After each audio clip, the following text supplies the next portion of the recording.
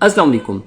خواتین کی صحت کے حوالے سے اور میں یہ سمجھتا ہوں کہ اس وقت تمام جتنی بھی ہماری بیٹیاں ہیں، بہنیں ہیں، ان کو اس حوالے سے آگاہی ہونا بہت زیادہ ضروری ہے کہ پی سی او ایس یعنی کہ پولی سسٹک اوویرین جو ڈیزیز ہے یا سنڈروم جس کو کہا جاتا ہے وہ کیا ہے اور اس کی وجوہات کیا ہیں اور اس پہ قابو کس طرح سے پایا جا سکتا ہے۔ اور بعض لوگوں کے ذہنوں میں یہ سوال ہے کہ اگر کسی کو پی سی او ایس ہے، کسی لڑکی کو، کسی خاتون کو، تو وہ کبھی ماں نہیں بن سکتی، تو اس میں کتنی حقیقت ہے؟ تو یہاں پہ میں آپ کو سب سے پہلے یہ بتاتا چلوں کہ پولیسسٹک اوویرین سنڈروم ایک میٹابولک ڈس آرڈر ہے، ایک کمپلیکس بیماری ہے جس میں کہ خاتون کے ہارمونز نہ صرف ڈسٹرب ہوتے ہیں بلکہ ہارمون ڈسٹرب ہونے کی وجہ سے کئی ساری وہ پیچیدگیوں کا بھی شکار ہو جاتی ہے۔ جو اس کی ہمیں بظاہر جو علامات نظر آتی ہیں وہ یہ ہوتا ہے کہ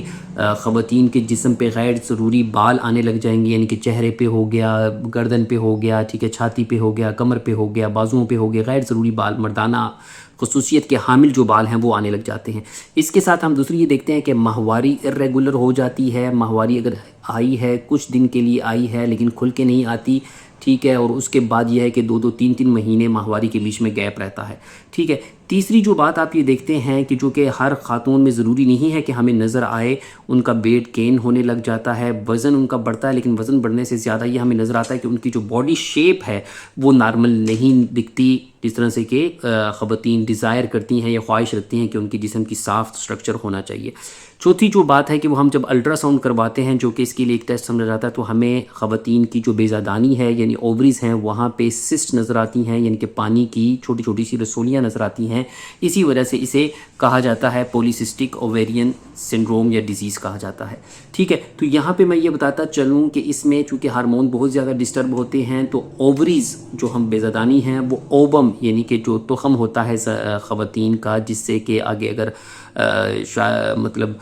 جو حمل ٹھہرتا ہے، جس کی مردانہ جو جراثیم یعنی سپرم بننے، سپرم اور اووم مل کے زائگوٹ بناتا ہے اور آگے جو ہے جو پریگننسی ہے وہ کیری آؤٹ کی جاتی ہے۔ اگر اووریز بیضادانی یعنی اووم نہیں بنا رہے، انڈا نہیں بنا رہی، تو اس کی وجہ سے کیا ہوگا کہ جو حمل ہے وہ نہیں ٹھہر پاتا، یعنی کہ پی سی او ایس ایک رکاوٹ ہے اس میں۔ کیوں رکاوٹ ہے؟ کیونکہ ایسٹروجن کا لیول اس میں ڈسٹرب ہوتا ہے۔ ٹیسٹوسٹیرون جو ہارمون، مردانہ ہارمون ہے، جو کہ خواتین میں بھی موجود ہوتی ہے کچھ حد تک، وہ اس کا لیول بڑھنے لگ جاتا ہے۔ اس کا لیول جب بڑھتا ہے تو جو ایل ایس اور ایف ایس ایچ ہے، جو دو ہارمونس ہیں، اس کا بھی ہمیں توازن یہاں پہ ڈسٹرب نظر آتا ہے۔ انسولین ریزسٹنس بڑھ جاتی ہے۔ انسولین ریزسٹنس جب بڑھتی ہے تو خواتین کا ویٹ گین ہونے لگ جاتا ہے، ان کے وزن میں زیادتی ہمیں نظر آتی ہے کہ بہت زیادہ حد تک وزن ان کا گین ہونے لگ جاتا ہے۔ اچھا، تو اس کے ساتھ ساتھ اگر ہم یہ آگے مزید باتیں کرتے ہیں تو پی سی او ایس ایک جو سوال جو بنیادی طور پہ کیا جاتا ہے کہ کیا پی سی او ایس بانجھ پن کرواتا ہے، یا جس کو پی سی او ایس ہوگا تو کیا اس کو بانجھ پن لازمی ہوگا؟ تو یہاں پہ اس کا سوال کا جواب یہ ہے کہ پی سی او ایس بانجھ پن کی ایک وجہ ضرور ہے، لیکن ضروری نہیں کہ جس کو پی سی او ایس ہے تو وہ کبھی ماں نہ بن سکے۔